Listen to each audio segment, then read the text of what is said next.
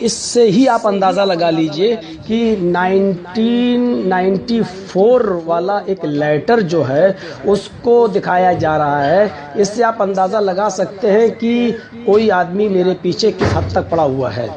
پہلی بات تو یہ کہ آج کل انٹرنیٹ کا زمانہ ہے، میڈیا کا زمانہ ہے. آپ جامعہ سلفیہ مرکزی دارالعلوم کے ذمہ داران سے آپ رابطہ قائم کریں. میں اللہ کو حاضر و ناظر مان کر کہتا ہوں اور اللہ کی قسم کھا کر کہتا ہوں کہ وہ لیٹر بھی جھوٹا ہے اور مجھے جامعہ سلفیہ سے نکالا بھی نہیں گیا تھا، بلکہ میں جامعہ سلفیہ جاتا بھی ہوں. جامعہ سلفیہ کے ارد گرد ہمارا پروگرام بھی ہوتا ہے. جامعہ سلفیہ کے اساتذہ ہمارے پروگرام میں شریک بھی ہوتے ہیں.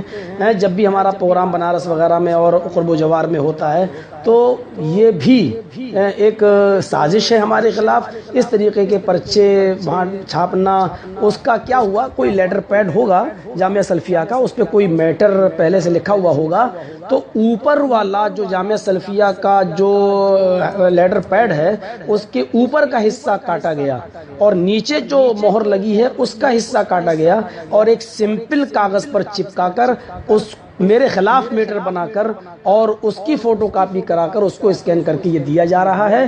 اچھا، دوسری بات یہ کہ اگر کسی کو اس لیٹر پر شک ہے کہ جامعہ سلفیہ سے نکالے گئے ہیں تو جامعہ سلفیہ کا فون نمبر محدث وغیرہ میں رہتا ہے اور آج کل موبائل کا زمانہ ہے، نیٹ کا زمانہ، آپ معلوم کر سکتے ہیں کہ جامعہ سلفیہ سے ہم کب نکالے گئے ہیں، کس سال سے نکالے گئے ہیں. انشاءاللہ آپ کو تشفی بخش جواب ملے گا. جامعہ سلفیہ سے میں نہیں نکالا گیا تھا. ایسی بات اگر آپ لوگ کہتے ہیں تو بس میں اس کے معاملے میں اتنا ہی کہوں گا، فلعنت اللہ علی الکاذبین، جھوٹوں کے اوپر اللہ کی لعنت ہو. ڈاکٹر ذاکر نائک بھارت سے ملیشیا چلے گئے لیکن جرجیز تو یہیں رہتا ہے، جیلوں میں بھی جاتا ہے، جیل کو سسرال بھی اب سمجھنے لگا ہے. سب کچھ ہونے کے باوجود آج تک کوئی آدمی مجھے اپنے منتروں کے بارے میں یہ نہیں بتا سکا. ہاں اتنا ضرور ہے کہ میرے اوپر کسی ہندو بھائی نے آج تک کیس نہیں کیا ہے. میرے اوپر جتنے بھی کیس ہوئے ہیں وہ ہمارے اپنے ہی لوگوں نے کیے ہیں. ہمارے ہی لوگوں نے بھڑکا کر لوگوں کو کیس ہمارے اوپر کروائے ہیں اور یہ کوئی نئی چیز نہیں ہے، یہ ہوتا چلا آیا ہے. اس گھر کو آگ لگ گئی گھر کے چراغ سے. میرے بھائیو، گھر میں آگ باہر کی آگ سے نہیں لگتی ہے، گھر میں کوئی چراغ چلتا ہے تبھی آگ لگتی ہے. اس گھر کو بھی آگ لگی تو گھر کے چراغ سے ہی لگی.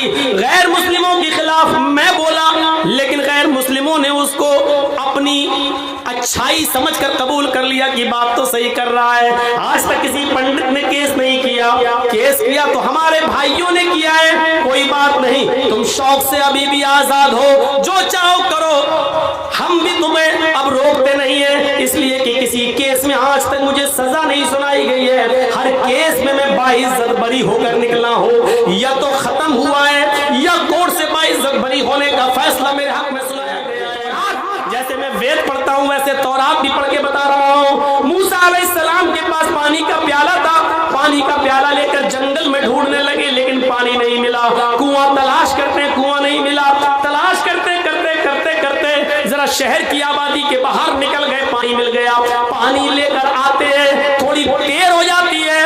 اس بزرگ میں اور موسیٰ کے درمیان 100 قدم کا فاصلہ رہتا ہے. وہ بزرگ چیخ کر کہتا ہے موسیٰ جلدی آ، میری حلق سوکھ چکی ہے، میرا گلا سوکھ چکا ہے، مجھے پانی پینا ہے. موسیٰ علیہ السلام نے اپنی اسپیڈ بڑھائی، اس بزرگ سے کہا لو میں پانی لے کر آ گیا.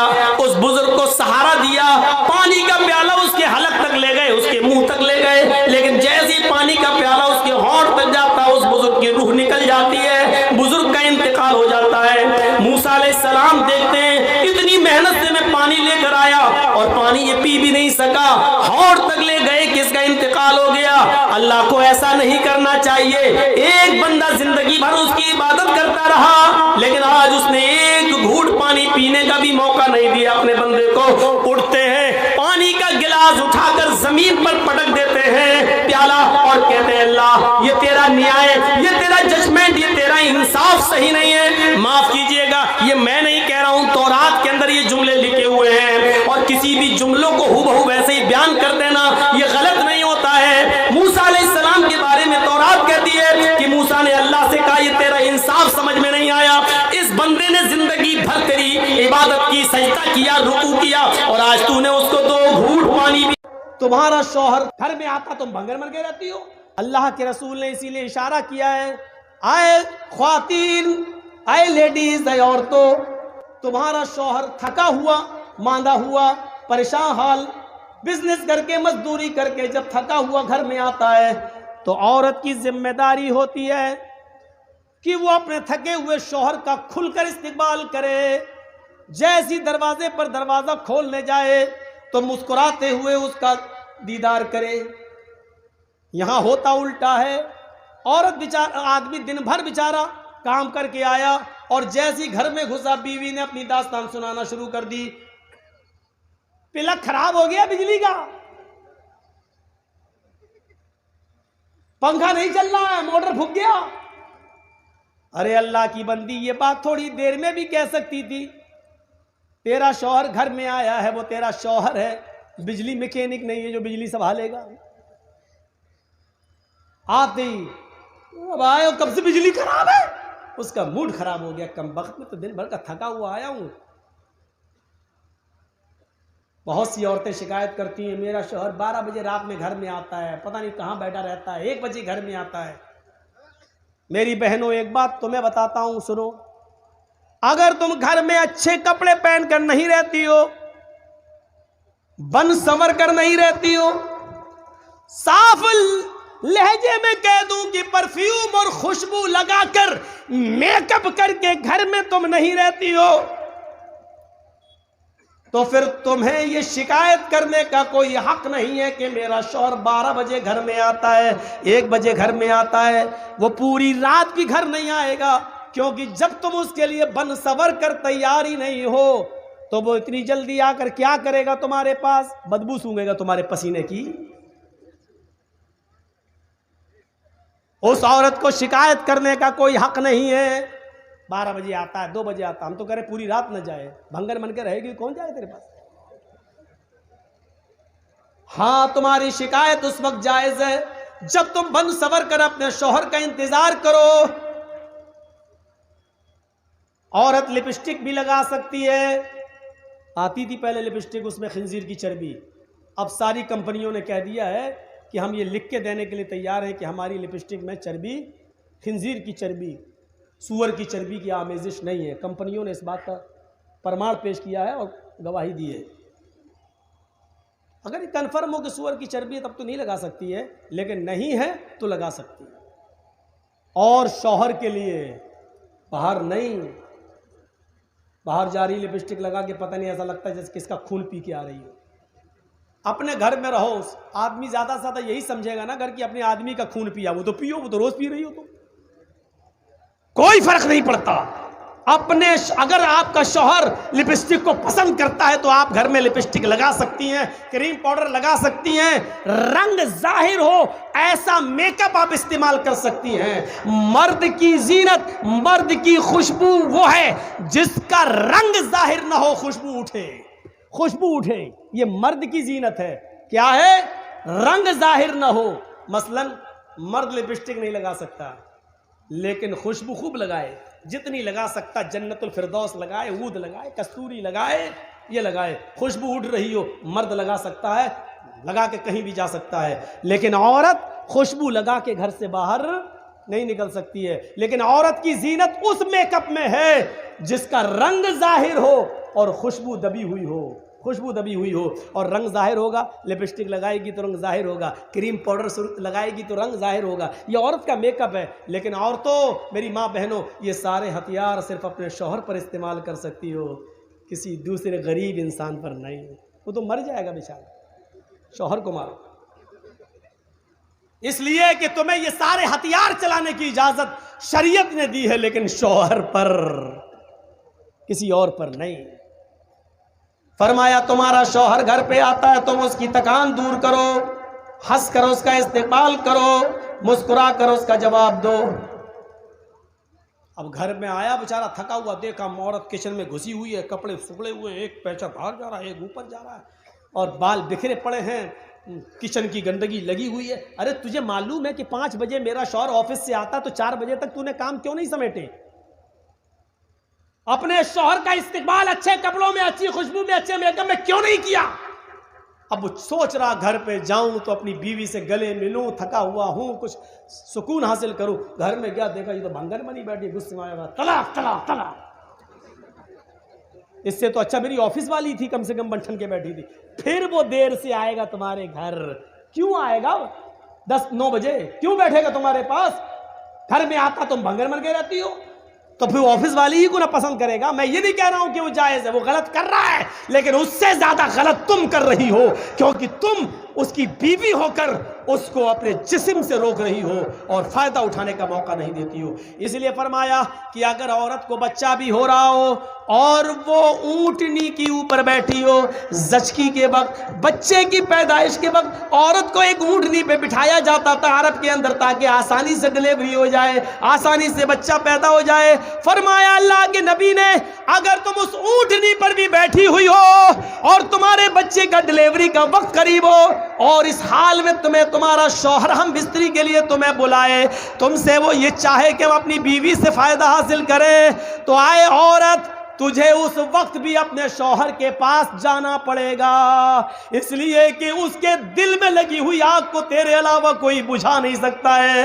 اگر اس کے دل کی آگ کو تو نے نہیں بجھایا تو تیرا شوہر غلط کام میں پڑ سکتا ہے، ادھر ادھر جا سکتا ہے، اس کے خرمن میں آگ لگ سکتی ہے، وہ غلط راستے پر جا سکتا ہے. فرمایا کہ عورت کو اس حال میں بھی اپنے شوہر کے پاس آنا پڑے گا اور اس پوزیشن میں بھی وہ اپنے شوہر کو اپنے جسم سے نہیں روک سکتی ہو. سن لو اللہ کے نبی فرماتے ہیں اگر تم چولہے پر بھی بیٹھی ہو، روٹیاں پکا رہی ہو، آگ جل رہی ہو، روٹی جلتی ہے تو جل جانے دو.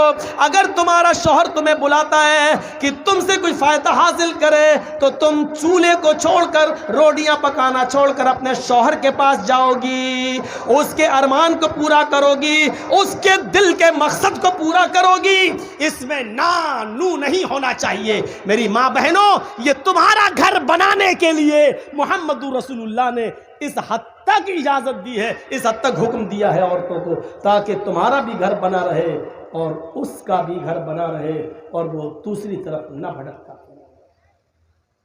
شوہر کی اطاعت اور فرما برداری ہر حال میں ضروری ہے.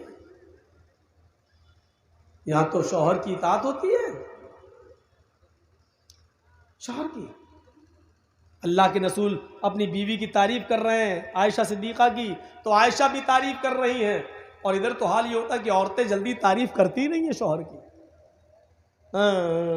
زندگی بھر ناز و نعمتوں سے پالتا رہا ہو، ایک مرتبہ اس کی آپ مرضی کے خلاف کام کر دیجئے یا ایک مرتبہ تھوڑا سا اس کو پیسہ ویسا کم مل جائے تو کیا کہے گی زندگی میں کبھی سکون ملا ہے تمہارے گھر؟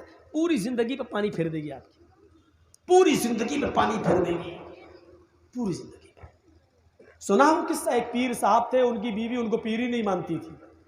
حق تیرے جیسے 336 پیر روز دیکھتی ہوں. ایک بار اس عورت نے دیکھا کہ آسمان پر ایک پیر صاحب اڑ رہے ہیں، مصلی ہوا میں بچھا ہوا ہے اور اس پر کھڑے ہو کے نماز پڑھتے ہوئے جا رہے ہیں. تو عورت نے اپنے شوہر سے کہا ایک تم پیر بنے پھرتے ہو، آج میں نے پیر دیکھا ہے. دیکھا ہے کہاں؟ آسمان میں. کیسے دیکھا؟ کا مصلی بچھایا تھا. اچھا ہوا میں اڑ رہا تھا. بیوی نے کہا ہاں تمہیں کیسے معلوم؟ نماز پڑھ رہا تھا نا. ہاں ہوا میں اڑ رہا تھا نا. ہاں وہ میں ہی تو تھا. اس کا شوہر بولا وہ میں ہی تو تھا. بیوی جھٹ سے کہتی ہاں مجھے لگا کہ تم تھے. کہا کیوں؟ کہا اسی لیے تو ٹیڑھے ٹیڑھے اڑ رہے تو اڑنا نہیں آ رہا تھا تمہیں، پھر کبھی نکال دی. ابھی تک اس کی تعریف کر رہی تھی، جب سنا کہ یہ کہہ رہا کہ وہ میں ہی تو تھا تو کہہ دی تبھی تو ٹیڑھے ٹیڑھے اڑ رہے تھے. اور ایک مرید نے اپنے پیر کو خواب میں دیکھا کہ جنت میں گھوم رہے ہیں، 70 حوروں کے بیچ میں بیٹھے ہوئے ہیں. ہمارے پیر صاحب جنت کے شہد اور دودھ کی نہروں میں گوتے لگا رہے ہیں. صبح آنکھ کھلی ان کی، کہنے لگے اپنے پیر صاحب کو جا کے خوشخبری سنا دوں کہ ارے تم تو جنتی آدمی ہو. جیسے ہی پیر صاحب گئے، پیر صاحب کے گھر مرید گیا، اس نے دروازے کو دستک دی تو کیا دیکھ رہا؟ اندر آوازیں آ رہی ہیں، تڑا تڑ تڑا تڑ. اس نے جھانک کے دیکھا شاید پیر صاحب پٹ رہے ہیں. اس نے سوراخ سے ایسی جھانک کے دیکھا تو کیا دیکھتا ہے کہ پیر صاحب کی بیوی جھاڑو سے پیٹ رہی ہیں پیر کو. وہ کہتا رہے یار یہ کیا ہو گیا، میں نے تو خواب میں دیکھا ہے کہ پیر صاحب جنت میں گھوم رہے ہیں، 70 حوروں کے بیچ میں بیٹھے ہوئے ہیں، یہاں تو ایک نہیں، سب اللہ ہی ان سے۔ یہ بیچارہ جانے لگا، پیر صاحب دروازہ کھولتے ہیں، کہاں جا رہے ہو؟ میں جا رہا ہوں گھر۔ ادھر آؤ۔ کیوں آئے تھے؟ ارے کچھ نہیں یار، آیا تھا بہت بڑی خوشخبری سنانے، لیکن اب موڈ خراب ہو گیا میرا، میں جا رہا ہوں۔ کہا کیا ہوا؟ ارے کیا ہوا یار؟ ارے بتاؤ نا کیا ہوا، کیا پریشانی تھی؟ ارے کچھ نہیں پیر صاحب، رات میں نے خواب میں دیکھا تھا کہ 70 حوروں کے بغل میں آپ بیٹھے، وہ ادھر سے بوسہ لے رہی ہے، وہ ادھر سے پکڑ رہی ہے، اور آپ مست ہیں، دودھ کی اور شہد کی نہروں میں گوتے لگا رہے ہیں، جنت کی نعمتوں سے مستفید ہو رہے ہیں۔ میں نے سوچا کہ آپ کو خوشخبری سنا دوں، یہاں دیکھ رہا ہوں کہ آپ جھاڑو سے پٹ رہے ہیں، اتنا برا حال آپ کا۔ تو پیر صاحب ہار ماننے والے کب ہیں؟ پیر صاحب نے کہا میرے مرید تم نے خواب تو بالکل صحیح دیکھا،